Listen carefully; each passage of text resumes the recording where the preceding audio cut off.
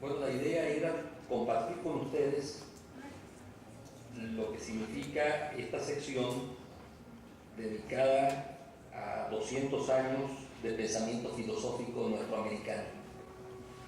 Debo decirles que cuando la doctora Mercedes de Vega me dijo que estaba invitado al proyecto, que había que tratar de, digámoslo así, sintetizar 200 años de pensamiento filosófico en la región, y que además había que hacerlo en un lenguaje accesible, diríamos, para todo público, es decir, no solamente para un público especializado.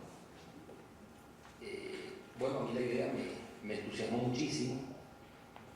Yo pensé que me iba a resultar fácil hacer este trabajo.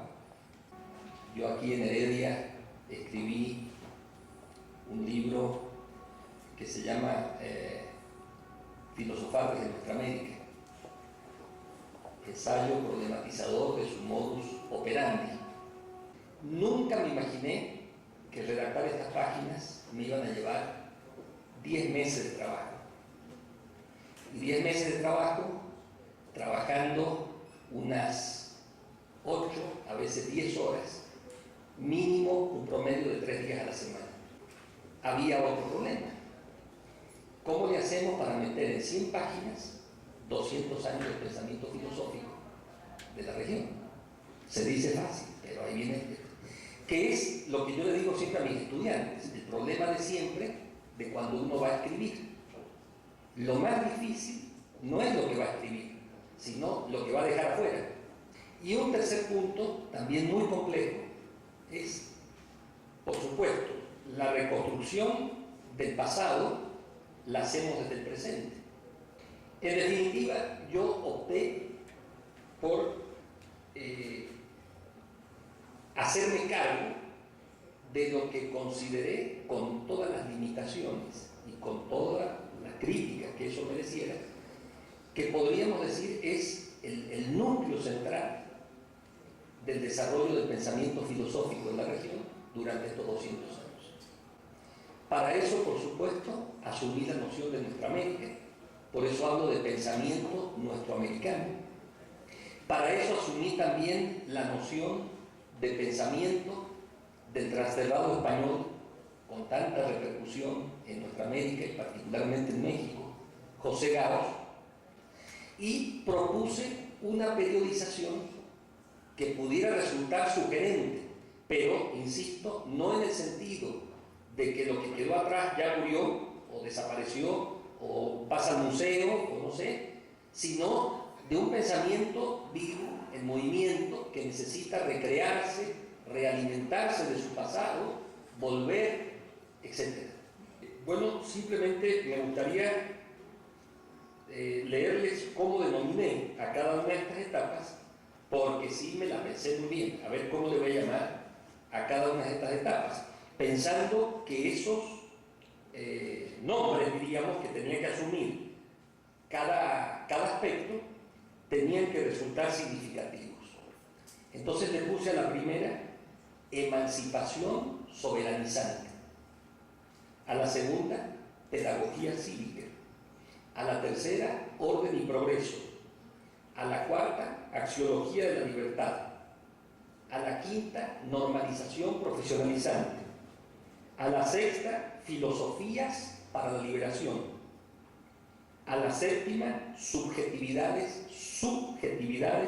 emergentes, y el epílogo se llama filosofar para contrapoder. El epígrafe con que se abre la introducción de este trabajo, que se llama Indispensables puntos de partida, es de un querido amigo y maestro tico, Arnoldo Mora Rodríguez. Él decía en un trabajo de 2006: antes de tratar de hacer realidad nuestros sueños, debemos comenzar por conocer cómo fuimos soñados, cómo nos despertamos de esos sueños y cómo han tratado de hacerlos realidad en las generaciones anteriores. Fuimos hasta, digamos, finales del 18, principios del 19, porque lo que estábamos conmemorando es el bicentenario. Y y en el caso de México, centenario de la Revolución Mexicana. Pero si vamos a pensar en el pensamiento de nuestra América, es necesario irse más atrás. Y ahí yo me di ciertas libertades también, o sea, un manejo de los tiempos con cierta flexibilidad. ¿Qué viene en la etapa primera, diríamos, de la emancipación soberanizante? Bueno, yo creo que está resumida en la cita que yo hago de 1823 de un texto de Bernardo de Monteagudo, que participó junto al general San Martín en el proceso de liberación del Perú, de emancipación del Perú. Y fíjense ustedes lo que escribía Monteagudo en el 23, dice: no es posible dejar de estremecerse al contemplar el cuadro que ofrecerá el Perú cuando todo su territorio esté libre de españoles y sea la hora de reprimir las pasiones inflamadas por tantos años. Entonces se acabarán de conocer los infernales efectos del espíritu democrático. Infernales efectos del espíritu democrático. Entonces desplegarán las varias razas de aquella población el odio que se profesan y el ascendiente que adquieran por las circunstancias de la guerra. Entonces el espíritu de localidad se presentará armado de las quejas y resentimientos que tiene cada provincia contra la otra. ¿Qué etapa viene después? Lo que yo llamé la pedagogía cívica. ¿Por qué pedagogía cívica? Bueno, en primer lugar porque la pedagogía, que ahora es, desde mi punto de vista, mal entendida como una actividad restringida al salón de clase, nunca fue pensada así. La pedagogía era la formación de quienes van a participar en la vida pública. Y ahí había un antecedente fundamental: el maestro del Libertador, Simón Rodríguez, que era quien planteaba no inventar en América, es cerrar. Bueno, después de esto vendrá otro momento muy importante que yo le llamé orden y progreso. Obviamente son las palabras típicas de la época positivista, pero yo lo que quise poner el énfasis aquí es en otra dimensión, porque el positivismo ha sido muy estudiado y muy importante que haya sido estudiado en la región, pero aquí lo que nos interesa es destacar otra dimensión. Por eso el epígrafe que cito es de José Martí, y Martí decía en 1891: la razón de todos en las cosas de todos, y no la razón universitaria de unos sobre la razón campestre de otros.